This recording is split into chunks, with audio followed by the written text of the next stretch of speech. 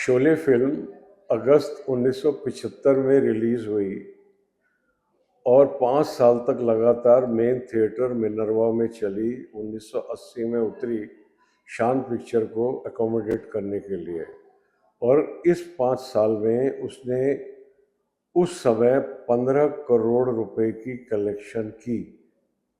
तो वो 15 करोड़ आज की तारीख में कितने करोड़ के बराबर हुए?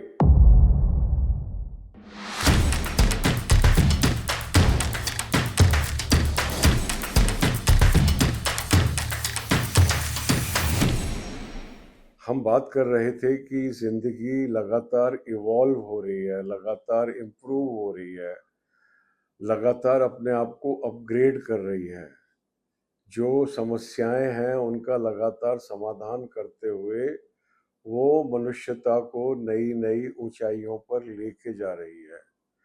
और इसी संदर्भ में हमने फिल्म शोले का एक उदाहरण देते हुए कहा था कि फिल्म शोले ने अपने समय में जो 5 साल पर बॉक्स ऑफिस पर चलने के बाद जो कमाई की, वो आज की तारीख में कोई फिल्म, कोई से मतलब है हर फिल्म नहीं, a film which is capable, वो कोई जो ऐसी फिल्म है जैसे कि धुरंधर हुई, वो उतनी कमाई को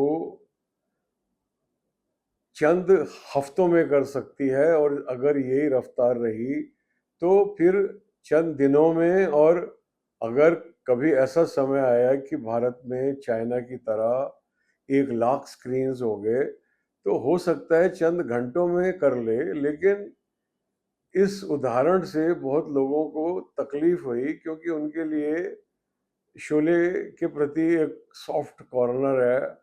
और ये बात उठी कि भाई उस वक़्त तो 5 रुपए का टिकट था और आज तो 500 रुपए का टिकट है। और दूसरे की उसकी कलेक्शन को, जो भी इन्फ्लेशन है उसको दिमाग में रख के एडजस्ट किया जाना चाहिए, तब शोले का सही मूल्यांकन होगा। तो ऐसे जो मित्र हैं जिनको ये बात अखरी, उनके लिए आइए हम पूरी तरह डिटेल में इसकी चीर-फाड़ कर लेते हैं। शोले फिल्म अगस्त 1975 में मिनर्वा, जो मुंबई का एक प्रख्यात थिएटर है, वहाँ पर वो रिलीज हुई, मेन थिएटर। और उसके अलावा कम से कम नहीं तो 300-400 प्रिंट्स पर पिक्चर वो ऑल ओवर इंडिया रिलीज हुई होगी। और वो धीरे धीरे करके हिट हुई, एकदम से तो हिट भी नहीं हुई थी, सेकेंड वीक से पिकअप हुई थी और फिर वो चलती रही, फिर जहाँ पे भी लगी थी वहाँ पर भी चलती रही। तो इस प्रकार हमने कहा कि वो 1980 तक इसी टीम की जो अगली फिल्म थी शान, उसको एडजस्ट करने के लिए मिनर्वा थिएटर से शोले उतारी गई थी और शान पिक्चर लगाई गई थी। तो इस दौरान में जो पिक्चर की कलेक्शन है वो आज हमने वेरीफाई करके नेट से प्राप्त की है, वो है 15 करोड़, जो कि उस जमाने में एक बहुत बड़ी फिगर थी। और शोले की जो कॉस्ट ऑफ प्रोडक्शन है वो अपने समय में 1.5 करोड़ थी, 1.5 करोड़ की लागत से वो फिल्म बनी। और अगर उसने उस टाइम पे लाइफ टाइम बिजनेस करी 15 करोड़ की, तो इसका मतलब ये हुआ कि उसने अपनी लागत को 10 गुना करके रिकवरी की। वो उसने स्टैंडर्ड सेट किया। तो जो भी हम तुलना करेंगे आज की फिल्म की, तो वो उसी उसी मानदंड के साथ में उसकी तुलना की जानी चाहिए। तो पहले हम शोले पर ही स्टिक करते हैं कि 15 करोड़ की कलेक्शन की। तो जो शोले के बहुत बड़े समर्थक हैं कि जो ये कह रहे हैं कि आप ऐसी बात कर कैसे सकते हो, या आपने उद्दंडता कैसे कर दी, उसका तो कोई मुकाबला नहीं है। तो मुझे ये बताइए कि 1980 के जो 15 करोड़ रुपए हैं, उनको आप 2026 में कितने करोड़ में कन्वर्ट करेंगे और किस हिसाब से करेंगे? सिनेमा उस टाइम पर एक लग्ज़री नहीं थी, लोगों की एक नेसेसिटी थी, एक नीड थी, नीड। उनको कोई और एंटरटेनमेंट अवेलेबल नहीं था। तो सिनेमा की जो रिकवरी है, जो सिनेमा का जो टिकट है, उस सब की तुलना उन चीज़ों से की जानी चाहिए जो आदमी की ज़रूरतमंद की चीज़ें हैं। मुझे ब्रेड से अच्छी कोई एग्ज़ाम्पल नहीं लगती, क्योंकि ब्रेड एक बहुत ही बेसिक नीड है ह्यूमन बीइंग की, और आज की तारीख में ब्रेड जो है वो तकरीबन 50 रुपए की मिल रही है। तो क्या 1975 में 10 पैसे की मिल रही थी? बताइए। 1 पैसे की मिल रही थी ब्रेड उस टाइम पे। कितने की मिल रही थी ब्रेड? कुछ नहीं तो 1 रुपए की तो मिल ही रही होगी, जहां तक मुझे ध्यान आता है 5 रुपए की मिल रही थी। तो अगर ब्रेड की प्राइस से हम इन्फ्लेशन को मेजर करेंगे, तो जो 5 रुपए की चीज थी 1975 में, वो आज 50 रुपए की मिल रही है। तो 10 गुना हम उसको बढ़ा सकते हैं। तो अगर 15 करोड़ की कलेक्शन थी तो उसको हम 150 करोड़ 10 गुना पे बढ़ा सकते हैं। और चलिए, अगर हम बिल्कुल ही लिबर्टी दे देते हैं, हम 100 गुना बढ़ा देते हैं कि 1975 का 1 रुपया आज के 100 रुपए के बराबर है। This is a wishful thinking. ऐसा है नहीं, लेकिन उन लोगों को खुश करने के लिए जिनका हृदय, जिनका मस्तिष्क हमेशा अतीत में ही घुसा रहता है, जिनको वर्तमान में कुछ पॉजिटिव दिखता ही नहीं है, जिनको सारे गोल्डन पीरियड पास्ट में ही दिखाई देते हैं, उनको संतुष्ट करने के लिए हम ये मान लेते हैं कि 1975 का 1 रुपया आज के 100 रुपए के बराबर हुआ। मान लिया। तो 15 करोड़ की कलेक्शन, कितनी कलेक्शन हुई आज के हिसाब से? कितनी हुई? 15 के आगे 1 जीरो लगा 10 गुना, 15 के आगे 2 जीरो लगे तो 100 गुना हुआ। 1500 करोड़ मान लिया। बहुत एग्जेजरेटेड है, लेकिन चलिए मान लेते हैं। 1,500 करोड़ की उसने कलेक्शन की। अब आप कलेक्शन को तो 100 गुना बढ़ा रहे हो, और आप उधर कह रहे हो कि तब तो टिकट जो थी वो 5 रुपए की थी, आज तो 500 की है। तो क्यों नहीं होएगी 500 की टिकट? जब उस टाइम का 1 रुपया आपके हिसाब से आज के 100 रुपए के बराबर हुआ, तो 5 रुपए की टिकट भी मल्टीप्लाई होगी 100 से। तो आज की जो 500 की टिकट है वो उस टाइम की 5 रुपए की टिकट के बराबर है। और आज की 500 रुपए की टिकट में आपको क्या क्या बेनिफिट्स मिल रहे हैं? आपको एक पूरा का पूरा 5 स्टार का एटमॉस्फेयर मिल रहा है। आप याद कीजिए उन दिनों को जब 5 रुपए की टिकट आप खरीद कर फिल्में देखते थे। तो मिनर्वा को छोड़िए और मुंबई के जो मेन थिएटर्स थे उनको छोड़िए, भारतवर्ष में कितने थिएटर्स एयर कंडीशनड होते थे और कितने वेल मेंटेन्ड होते थे।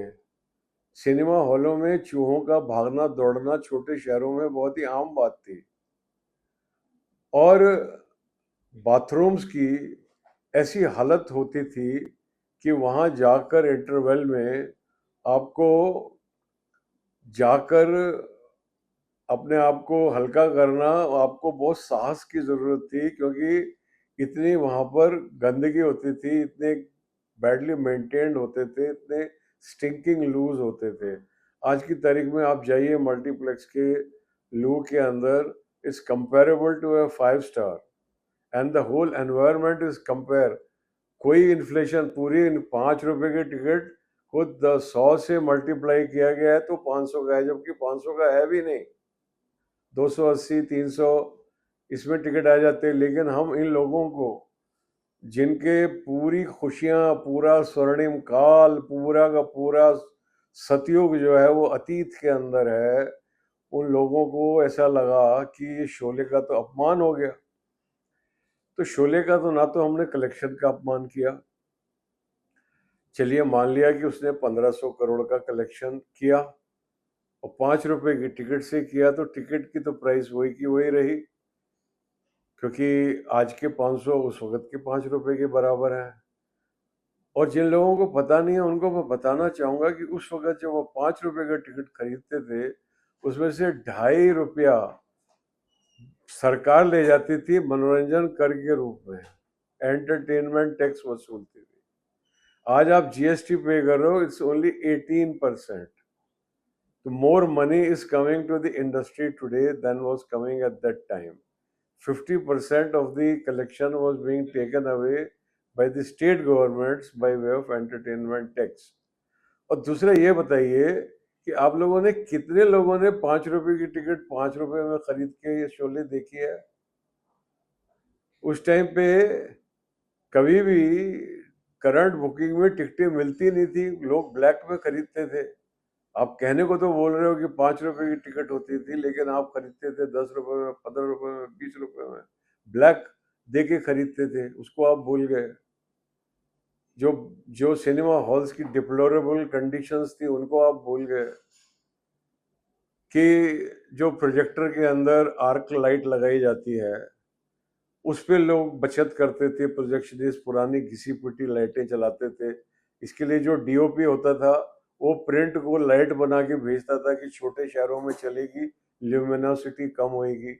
Nothing was standardised. आप लाइन में खड़े होते थे, आपके ऊपर डंडे चलते थे, लाठीचार्ज होते थे.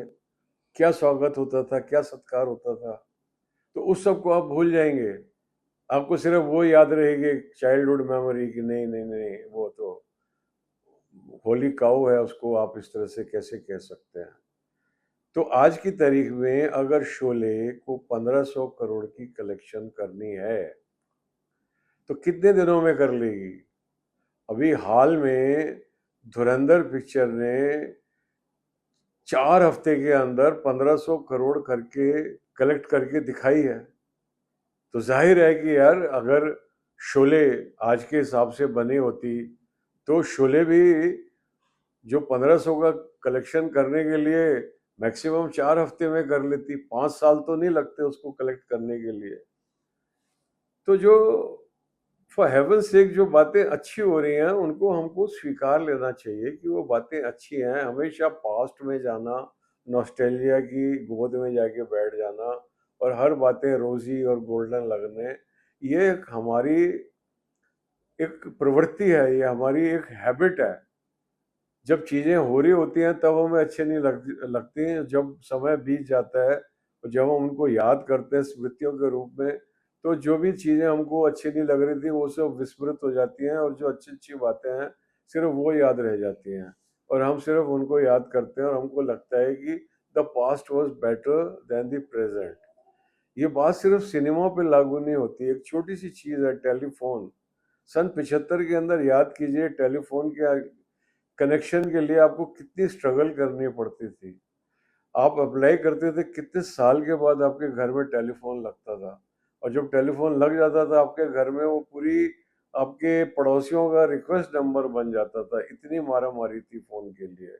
और आज हर व्यक्ति अपनी जेब में एक फोन लेके घूम रहा है. और फोन ही लेके नहीं घूम रहा है, एक पूरा का पूरा विश्व लेके घूम रहा है, एक कंप्यूटर लेके घूम रहा है और इंटरनेट से कनेक्टेड है. जो ओबी वैन काम करती थी, इतनी बड़ी ओबी वैन जो काम करती थी, आज वही का वही काम एक आईफोन से किया जा सकता है. तो हम लोग इतने अंधे क्यों हैं? अब पुराने जमाने में गाड़ी होती थी एम्बेसडर, फिएट, इनके एसी कभी ढंग से काम नहीं करते थे, इंजन कभी भी गर्म हो जाता था. पुरानी फिल्में देखें, उसमें गाड़ी क्यों बंद हो गई, रेडिएटर में पानी गर्म हो गया. एक मामूली समस्या थी. आज की तारीख में कभी रेडिएटर में पानी गर्म होता है? It's become outdated. कोई ऐसी गाड़ी है जिसका एसी ढंग से काम नहीं करता हो? कोई ऐसी गाड़ी है जिसके अंदर साउंड सिस्टम ना हो? आप जो ट्रैफिक में भागे जा रहे हैं और एक दूसरे को ओवरटेक करते हुए, आप जाना कहाँ चाहते हो? आप जहाँ जाओगे वहां भी तो एसी नहीं होगा, तो आप वहां पे क्या कर लोगे? और वहां जाके आप रिलैक्स करना है तो म्यूजिक नहीं होगा तो आप क्या कर लोगे? एसी भी आपको अवेलेबल है, म्यूजिक भी आपको अवेलेबल है, तो why are you not enjoying the drive? Recall the days. आज की तारीख में यार पंचर भी हो जाए, आज के जो टायर है वो जो सॉलिड रबर का टायर है वो पंचर होने के बावजूद भी आपको डेस्टिनेशन तक पहुंचा देता है. आज की गाड़ी खराब होने के बावजूद भी आपको डेस्टिनेशन तक पहुंचा देती है. पहले ये सब चीजें कहाँ पे थी? तो जिंदगी लगातार इम्प्रूव हो रही है और उसके साथ साथ जो हमारा सिनेमा है वो भी हो रहा है. और अगर कंटेंट नहीं हो रहा था तो आदित्य धर ने आके एक नए मानदंड स्थापित कर दिए हैं कि यार इन मानदंडों के हिसाब से काम करो।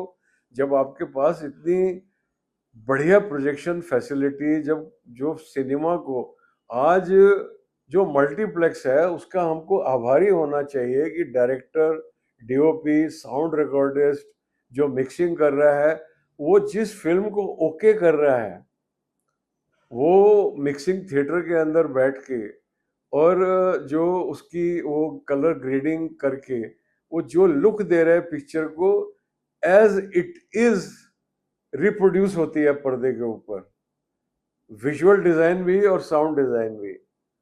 और मिनिस्ट्री ऑफ कंज्यूमर्स अफेयर्स इसमें लगातार इसमें लगी हुई है, वो स्टैंडर्ड सेट कर रही है और मल्टीप्लेक्सेस को कंप्लाई करवा रही है कि you have to maintain these standards in visual projection, sound projection.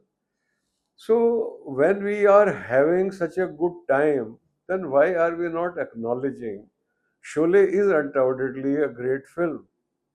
Nobody is disrespecting Sholay, but there is life beyond Sholay, because there is life beyond everybody.